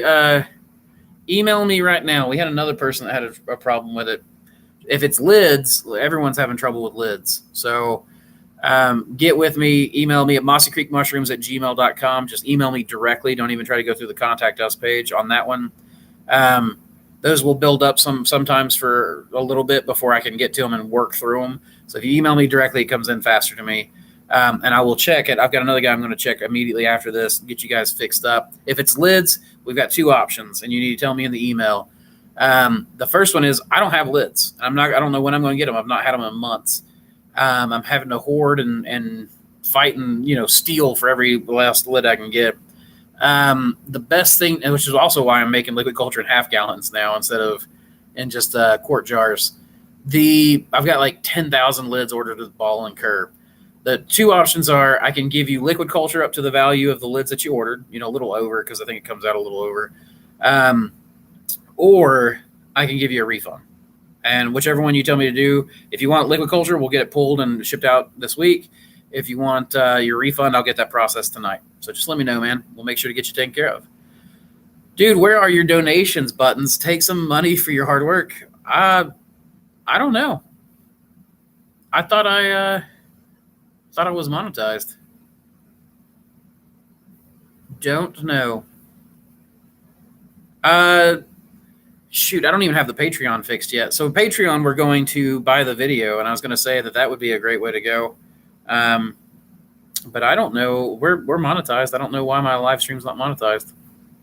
Don't know. Wish I could take your money, man. I'd love it. My PayPal is mossycreekmushrooms@gmail.com. So anyone who wants to, do that, you're welcome to. You won't get the nice flashy bit at the top, but yeah, that would be my PayPal. I would always appreciate donations. I always try to do as much as I can for you guys. Rocket Seas, I forgot to send this. You said bacteriological peptone, right? And how much? Yeah, I mean, I do 1 gram of bacteriological peptone per 1,000 milliliters of liquid culture I'm making up. Vince says, hey, Happy New Year. Big fan. I owe you a lot. Thank you, Vince. I owe you guys a lot. You guys are the ones building my business. Like, I really appreciate it. King Clark says that Patty Finney. Hi, Patty. Any chance you are in Ireland? Vince says, come to France. I pay you back in foie gras. Oh, I would love to try that. I've never tried that. I would love foie gras. I have geese out here, and I love goose, and I love goose liver, but I've never had a good diseased goose liver. Knowledge says, currently experimenting with Hoogshaginess. I have no idea what that is, buddy, but good luck with it. I hope it goes well. Join the Discord. Let me know how it goes. Wrap your PC with towels so it cools slower. Hey, there's someone. Somebody was asking about that earlier. That's a good way to go. Someone could do that. I don't do it, but I've got it in my autoclaves in a climate controlled room. So, Ember says, look on Offer Up for all Americans. That's where we got ours. Oh, nice. I'll have to do that because I know I've got 2 more on the way, and I'm going to have 3, but I probably need 2 more because you guys are slamming. I had some guy come out and order like 10 bags of grain spawn. I'm like, man, I'm just a tiny little producer here. Oh, man. Watched your laminar flow hood video. Anything you would change or update in the design at this point? If you were going to buy a commercial hood, what would be your go-to? Did I do a laminar flow hood video? Maybe I did. No, not really. I mean, we just built one as a copy of the one that I bought from Paul Stamets' company. The first one I ever bought was from Paul Stamets. The one we built, we did the same thing except used a cheaper wood and then coated it with resin. And I love it because the way we coated it made it warp with that resin, and it gives it this like shiny, like beetle carapace look to it. Freaking love it. Hunter Adams, I will say that I wish we'd built it out of a heavier wood. because my new one is built out of lighter, thinner wood than the Paul Stamets one, and it does make a difference. It has a shake to it that's a little louder. Makes it harder to do a video in that room. Hunter says, I do HVAC, so I'm interested to see how you set up positive pressure. Please do that at vid when you get around. Yeah, man, I mean, what we're looking at this next time around is you can see our ceiling is just drop ceiling. So like that vent right there, we're just going to rerun our duct to our flow hood. So even when the flow hood's off, there'll be some air being pushed through it because we leave our central fan on 24/7, whether the air conditioner or heater is on or not. Now, we're probably doing something wrong, and having an expert like you correct me would be an honor. Let's see. Enrique says, hey, Andrew, or hi, Andrew, could you go over your production schedule? What day do you inoculate and then fruit and then harvest? Do you time it for deliveries of the weekend? Okay. My production days are Monday, Wednesday, Friday. So we have 3 production days. Those 3 production days, we come in and we have blocks waiting for us in the lab. They get inoculated and then shaken and then inoculated, sealed, shaken, and shelved. We then go and unload our steamer, right? And then we do production and load our steamer back up and cook. That means that there are now blocks waiting for Wednesday morning where we come in, blocks are waiting for us. We do the same exact thing, repeat it on Friday. And then Monday we come in and blocks are waiting for us in the lab because we had unloaded. So we almost always have blocks waiting for us in the lab and waiting for us in the steamer. And then Tuesdays we do deliveries, and Thursdays are our grow room cleaning day, catch-up day, and usually we do shipping either Tuesday or Thursday for people. Sometimes we'll come in. The other day I had to come in and pull 300 liquid culture syringes. This was pre-Christmas, so I mean, autoclave's done. So I mean, of course, Christmas is higher volume, but man, my gosh, my hands were hurting so bad pulling that many syringes. But you pull like 300 syringes. I couldn't get them out fast enough to get them to the post office same day. So we ended up doing them, like they ended up being pulled one day, packaged that night, and then shipped out the next day. So I hope that helps you with the production schedule. That's one of the reasons why we do the mentorship too, so people can come in and see how often we're doing the same thing over and over and over again. So you're welcome, Hassan. I hope that really helps you, man, about finding like Lambert's and stuff. Lambert's is great. Northspore takes credit card, and their snow oyster is the bomb. It makes an amazing genetic stock for breeding. I highly recommend it if you're going to be breeding mushrooms. Oh, which I'm about to do a video on. I'm going to show you guys the way I've developed for growing out strains, or for creating new strains now. That'll be maybe a month from now when that video comes out. I have to wait until the blocks that I want to show on video before I have to wait for them to incubate. Miser, oh cool. I'll have to look for the Discord link. Thanks, man. Yeah, man. Here, I'll just put it in again. Boom. There you go. Just put it in. Our Discord server. I'll be live for another 24 hours or so. Thanks, Tony. I appreciate that. Black cow quality varies by region. Oh, B, I did not know that. The black cow we get here is amazing. I mean, I put it in everything. Not mushroom-wise either. Like our tomatoes, our peppers, I do a soilless seed starter mix, and I always add a little bit of black cow to it, though I guess it's not technically soilless at that point. But I'm just going to call you Ape. How good is rye berries as spawn grain? It's great. It's the industry standard. I just prefer oats. Chad, thank you so much for the sealer tour, brother. I really appreciate it. I really enjoyed our consultation. Oh, okay. I got you, Chad. I think I know who you're at then. Yeah, man, you're welcome. I appreciate the consultation too. You're the man. I'm not going to repeat the rest of that. Appreciate it. Dustin says, got 3 All-Americans on Gov Deals out of Atlanta. Sorry if you tried to outbid me. Nah, man, I haven't used Gov Deals in a while. Hopefully it's been revived, but I was using it there for a bit, and then I didn't like it because it was just so crowded. So many people bidding like crazy. I signed up Matt L on the Discord. Awesome, man. Welcome. Oh, Sergile? I don't know how to say your name, man. I'm sorry. I'm really bad with Eastern European names. Hi, best regards from Poland. Well, hello, Poland. Welcome from East Tennessee, man. Glad to have you. I was wondering if you were shipping your mushroom colonies to Europe. A big fan, and I would like to start a home, for a good source. I wish, man. I wish I don't. If I could figure out how to get mushrooms to the Eastern European market, I'd be a rich man because the amount of people I get from Hungary, Poland, um, golly, I don't even know all of them. You know, that would be amazing. I would love to go out there one day. I'd like to go. I don't know if it's still called Lithuania now, but I would love to go to Poland and Hungary and just all these places in Eastern Europe because I am sure the mushroom culture is just so alive still out there because we have a lot of Eastern European immigrants over here. And I went to high school with a bunch of them, and man, they were all still, even the ritzy ritz, like pretty girls were still out mushroom hunting and stuff. So,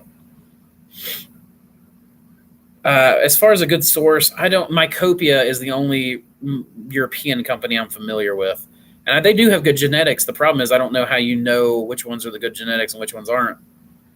What's up, DEM?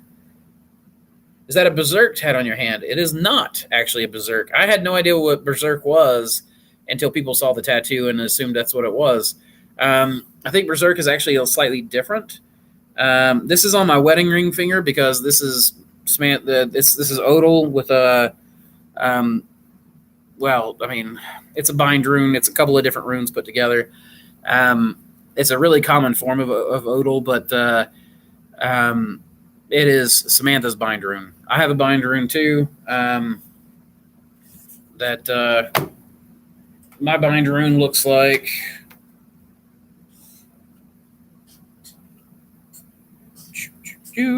My bind rune looks like that. Though for some reason it's showing backwards to me, so I don't know if things are backwards for you too, for what you're seeing. But anyways, that's just Samantha's bind ring. That's what I wear instead of a wedding ring. Most of the jobs I've ever worked at have never allowed me to have a wedding ring because of machinery and stuff. And so everyone in our tribe, clan with a C, not a K. I don't know. Everyone gets a name in a naming ceremony, and then you have a bind rune associated with it. So you're welcome, Jason. You're very welcome. You said thank you for sharing your knowledge and experience. I appreciate that, man. I try to do as much as I can. I know that I don't get enough information out there to serve everyone, really, but I try my best. So DEM says, my girl and I love your videos. Thank you. I'm going to try those oats. Price is Right was cheaper than popcorn. Oh, yeah, it'll be way cheaper than popcorn. Oats are more expensive than a lot of other stuff. But I find that they are the good medium, right? They're cheap enough and good enough. Actually, I think they're the superior grain, but maybe millet because it has so many inoculation points. But just toss in a few hardwood fuel pellets into your bag when you make it. So I do hardwood fuel pellets in the bottom, oats now, and then inoculate with liquid culture. When I get a ball of mycelium that's grown in, I shake that bag up. All the oats and sawdust get inoculated. Now when you're pouring your bag in, you're getting billions of little sawdust inoculation points, and that speeds up your colonization. So that's the new way that we're doing liquid culture. This is kind of a problem I actually have. I've noticed this. A lot of people will get on my videos from like 2 or 3 years ago and be like, this guy doesn't know anything. Blah, don't you know you do it this way? And I'm like, dude, have you not watched any of my newer videos? Also, do you think I haven't learned in like 3 years to do things slightly different? I'm not a static person. I grow. So, but yeah. Do you inoculate different strains on your different production days or all the strains 3 times a week? It basically depends, but I do try to plan for stuff. I try to always have spawn available to pull from. We grow it out and then try to put it in the fridge. Right now I'm back ordered, so I'm like constantly slammed. The good news is that if you grow more oysters than anything, the oysters can be grown on the goat mix, the wheat bran mix, or the master's mix. So as long as you always have oysters available, you can always inoculate. Hericiums grow best on Hericiums, black poplar, chestnuts all grow best on the master's mix. And then the shiitake grows best on the wheat bran. So I grow oysters in the goat mix, specialties on the master's mix, and then the shiitake on the wheat bran mix. And I try to do 120 blocks of each for the week, but that is supply dependent. So sometimes I might do 320 or 360 blocks of straw, which is the goat mix, just right off the bat, just 1 week, because I literally couldn't get hardwood fuel pellets in that week or whatever. So let's see. Okay, there I am. I'm new to growing shrooms. Do you store liquid culture in the dark, and at what temp? TIA. I don't know what TIA means, Tony. Also, if you're growing shrooms, that would be illegal, and you shouldn't admit that so readily. If you're growing mushrooms, like that's a big thing. A lot of people will, kind of get up in arms about that. But anyways, you can store liquid culture in the light and the dark. I have a window in my room. It goes through days of light. I mean, it goes through, light during the day, dark at night. Also, I have lights that just come on. They stay on during the day, 5 days a week. I have not found that I need to keep them in the dark. As far as temperature, all my liquid culture stays in room temperature pretty much always. What's up with your new tattoo artist? What are you going to get this time? New tattoo artist. Actually, my old tattoo artist is leaving, and I've got to schedule something with him before he goes, because I've got a shoulder, right arm sleeve I want to do that Samantha is helping me with. It's a liquid culture themed, complete with a pinup girl riding a stir bar. And Samantha's been drawing up the pinup girl on Illustrator for me. That same pinup stir bar thing is going to be put on my new stir plate when Ben and I finally get back to it, which is the B17 themed stir plate. It's a multi-plate stir plate. We're planning on doing it out of sheet metal, do it all riveted, and then some of that bubble plate glass. And then we're going to have that pin up with the right in the stir bar on the actual thing itself. So, yeah.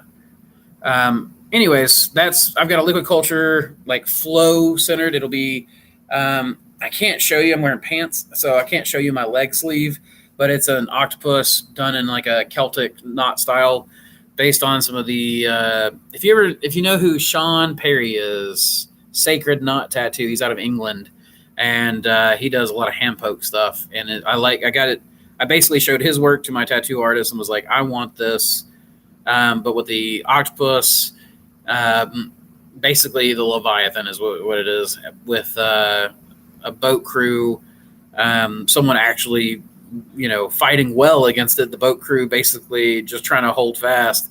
And then I got a god mask on my inner thigh, like the old style. You see them above cathedrals or old day stuff. These different god masks of stuff. So I've got a few different ideas. He's leaving in a couple of months, so I'm hoping to get something from him before he leaves. And then I don't know where he'll be gone so far away. It'll be hard for me to get anything. And I would like to fly out to the UK at some. Excuse me. Blessed Corona. Anyways, I'd like to fly out and get some stuff work done by Sean Perry. So the DEM says pretty Polish girls still work hard. That's why I got myself one born there. Heck yeah, man. See, that's the way to do it. Luckily, I got me a nice, pretty girl who is incredibly hardworking. So it ends up working out really well for me that I still somehow got a pretty American girl who works really, really tough and really hard. I'm sure they're out there. They're just not loud, so you don't hear them as much. But yeah, congratulations on getting a good one, man. That's the best time to get. What temperature do you keep your colonizing room and your fruiting room? Fruiting room, I try to keep around 65. Right now, we've given up on that entirely in the warehouse until we get our 5-ton unit installed. So the grow room, we try to keep at 65. Our grow room, we try to keep around 70, 75. That did not happen at all this year because of delays in getting our HVAC done. So we had temperatures into the 90s in our colonization this year. Bill says, love the detailed educational information. Second to none. Great job, sir. Oh, thank you, man. I A lot of times I don't read these comments before I start reading them, so I'm not really trying to give myself a pat on the back. I just I just sometimes don't realize that there's a question or that there's not a question. But thank you, Bill. I really appreciate that. It means a lot. You guys really mean a lot to me saying all that stuff. I really had no idea when I started this channel if it would help people or not. And I'm very glad to see that it does seem to have some good effect on people. Tom says, I have had an awful luck with Master's Mix. I'm wondering if it's temp. I don't know what your temperatures are, but maybe, man. Maybe. Silver Leapers. Hey, Silver, I haven't seen you in a little bit. Any tips to reduce water on Petri lids in a cool lab beyond letting it cool to near solidification? We're using sterilization canisters and anhydrous powder packets in a too cool lab. So most of the ways I've seen it is people cool in front of a flow hood and then let the dishes dry right there in the hood. Another way is you can put the sleeve that the Petri dishes came in over it while it's starting to cool. And that will keep usually I find, but the top 3 or 4 dishes from building up condensation. Another is sometimes when you sterilize your agar, you can sterilize jars of water and then place those jars of water on top of your stack of Petri dishes. And that warm water, that hot water in that jar helps to keep any condensation from happening on that top lid. So as you got your stack there cooling, that jar will keep keep a warm pocket right there to help keep the condensation down. I hope that helps. I don't know if that's going to help with what you're doing or not. Ashley says, this is a novice question, but I just started recently with a grow tent. Can I inoculate jars in the same tent that I'm fruiting in? The temp seems to be so much higher for inoculation, Blue Oyster. I would not do that, Ashley. If you can, I would really keep from doing that. If you're working with a flow hood, where you're fruiting at, you're going to plug up your hood with all those spores. It's going to be much better just to inoculate in your kitchen or something than to do it, in your fruiting room. Your fruiting room is going to be like your dirtiest place that you've got. So I hope that helps, Ashley. If you need more information, just specify a little bit more, and I'll make sure to get to it. Mint mushrooms, little TIA. Thanks in advance. Oh, I don't know the shorthand, man. I hate to say I'm a grandpa when it comes to this stuff because I know a lot of grandpas that are way better at this kind of stuff than I am. So I just fill my head with other things. All right, guys, I'm going to cut through the chat real quick. We're going to go down to the bottom here. So any last questions that you have, do it. We're going to do rapid fire, and then I'm going to go turn this autoclave off and go home because it's almost 7 o'clock, and I'm sure my wife misses me. And if she doesn't, I miss her. So Tom Gunn says, you need to take mushroom extract. It kills COVID instantly. The chaga and turkey tail does, being antimicrobial. So I do take a mushroom extract every day. I also take vitamin D and zinc. And I have a multivitamin that I take, fish oil, and BCAAs that I take usually when I'm lifting weights. And I haven't lifted much. I've gained like 30 pounds this year just from the lack of everything, how things are going this year. But that said, I do take all of that stuff plus the mushroom extract, and I put cordyceps, turkey tail, and reishi in my coffee every morning. And I take niacin every day as well, and a mushroom supplement that I take. Basically, I take a whole handful of pills first thing in the morning with the protein drink. Chip says it has. Thanks, Andrew. You're very welcome, Chip. Thank you. Philip says, greetings from Vienna. Just setting up mushroom cultivation indoors, already growing a lot of mushrooms for private consumption in the garden. Would you ship your strains to Vienna? I really wish I would. I don't know international shipping that well. So my web admin actually said that we're getting a lot of questions about international shipping, especially to Europe. I don't know how to interface with that. So I would happily do it. Someone went through and did some of the import paperwork to Australia, and then we shipped a culture to them, and I never shipped anything else. And I assume the paperwork is still valid, unless maybe they were doing it as the importer. See, that's what I'm saying. I don't know this stuff. I wish I could, Philip. Maybe we can get this figured out. Shauna says, hi, Andrew. I'm just in the door and tuning into you here in Ireland with a cup of tea. Well, hey, man, welcome from East Tennessee. I'm not a big tea drinker. In fact, I can't even look at a glass of tea past 11 a.m. or I'm going to be up for 3 days. So I don't know why. I can drink coffee like sludge and it doesn't affect me, but tea keeps me wired. Tom Gunn says, my fruiting room is 50 to 55 and colonizing is 68 to 75, and my master's mix have never colonized at all other than if I mix grain spawn into it. Well, yeah, I mean, you got to mix grain spawn into it. What are you using otherwise? Chip says, how can we help motivate you to work out? I've already got the motivation. It was really just the build out. We didn't have, we laid off most of our employees as soon as COVID happened, tried to hire them back. They had unemployment, so most of them stayed. We had 2 come back and work for a little bit. And then we ended up just this build out this whole year has had everything so busy that I haven't had as much gumption this year. I mean, my video production schedule has been all out of whack as well. Hey, darling. We're going to go home in just a minute. Okay. The more questions you ask, the slower it'll be. Let's see. If my liquid culture for lion's mane is not cloudy but has small dark specks floating on the water, is that mold? Not necessarily. I would have to see it to know. So I'm afraid I can't really help Tom with that one. Sorry, bud. That's one of those things I would really need to see a good picture of it. Leopard, and plus you'd have to kind of know what goes into it because sometimes dark spots can be minerals from your water or little rust pieces or, there's different things. Yeah, we made a piece. Aislinn, you see that I'm on a live stream, right? Okay, it's really rude for you to come in here and just start with this stuff.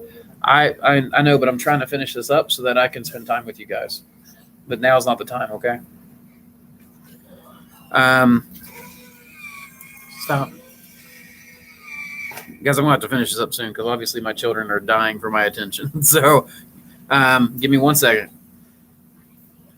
Let's see. If my liquid culture for lions... Oh, sorry. Nope. Hard to say what the ecological impact of shipping to other continents. I'm betting you can find local mushrooms to grow. I'm sure that is, man, but I'm not really worried about the ecological impact of sending a bunch of cultures that could then be,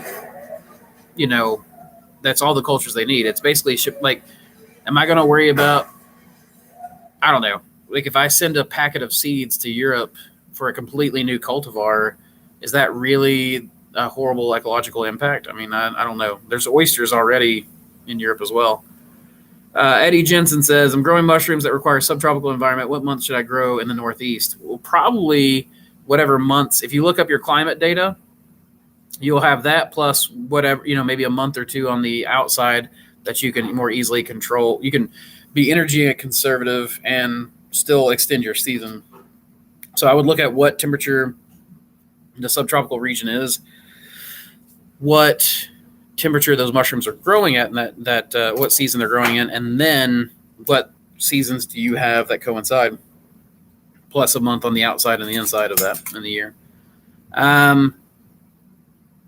Why is it impossible to grow all mushrooms in an artificial environment? It's not. We just haven't gotten there yet. We'll figure it out, or at least most of them. Hi, big fan. AA Autoclave is sold out almost everywhere. Where would you order from or wait to order? So Mushroom Media Online is where I ordered from. He was out of stock. He's got more coming in. I don't know what he's at right now. Like I said, we ordered back in October. So you're really going to, like people have been saying, any canning supplies or anything like that has been very difficult to find. That's why, like I said, I've switched to half-gallon jars for most of my liquid culture because they're still more available than quart jars, and I can do twice as much liquid culture in a single, cook. So it makes it a more valuable cook time for me. I tried to shoot liquid culture directly into master's mix. Oh, Tom, yeah, that's now you always use grain spawn. People rarely does liquid culture work direct to bulk substrate. I'm not entirely sure why the reasons of, but that's there. So the reason why you have your flow hood facing you instead of the overhead lab type, they're 2 different ones. So you can actually go look at this, like types of flow hoods, and it will tell you vertical ones are used for different purposes than horizontal flow. And then you have anything from fume hoods to, so like, what is it? Verticals oftentimes have a place where it can suction the air in the bottom for working with hazardous materials. Just each type of flow hood has a different purpose. The kind that we're using is used primarily for microbiology purposes and production purposes. That's why we use it that way. I'm not going to go into a big. You can look it up. People have got tons of that kind of stuff on there on Google for exactly why that is. That's where I figured it out. And yeah, it's a that's just the best way to go, really, for the type of work we do. Pato says, thanks for taking the time to share. Keep up with mate better than coffee. Yeah, man, I need to get back on the mate kick. I've been drinking coffee sludge for a bit, and you can definitely feel the difference at the end of the day. Chip says, same here. Was great to see your new facility. Have a great night. Stay tuned. Hashtag set up. Oh, he said on mushrooms. Okay, I know who you are. Yeah. Let's see. Save Your Bee found our first lion's mane this year. Wish I'd watched your cloning video sooner. Thank you so much for all your info. The great thing about lion's mane is it usually fruits in the same place multiple years in a row. You're good to go. Thanks, buddy. Tend to your kids. Have a good night. Yeah, Tom, thank you. Brax says, thank you again for everything, Andrew. I'm really happy for you and all your growth and success. I just wish you a happy life, and I look forward to everything else you do in the future. Thank you, Brack. You too. Thanks, Miser. I appreciate it. I will. Thanks, Snake. I'll definitely look into that kind of stuff. And Yusuf says, hey, man, I'm a mushroom grower from Morocco. Appreciate all the information you put on the channel. Thank you. Yeah, thank you guys so much. We're going to end it there. I really appreciate everyone getting on here and making this a great chat. I'm really surprised that just an impromptu chat we had, 70-something concurrent viewers at one point and have consistently stayed above 60. And thanks for all those likes, guys. Thanks for smashing that like button. That's kind of, excuse me. Thanks for hitting that like button. If you guys haven't yet, if any of you would do that, I really appreciate it. And please subscribe because that really helps my numbers out. Anyways, guys, have a good night, and y'all take care now. Keep spawning culture, y'all. Now fix.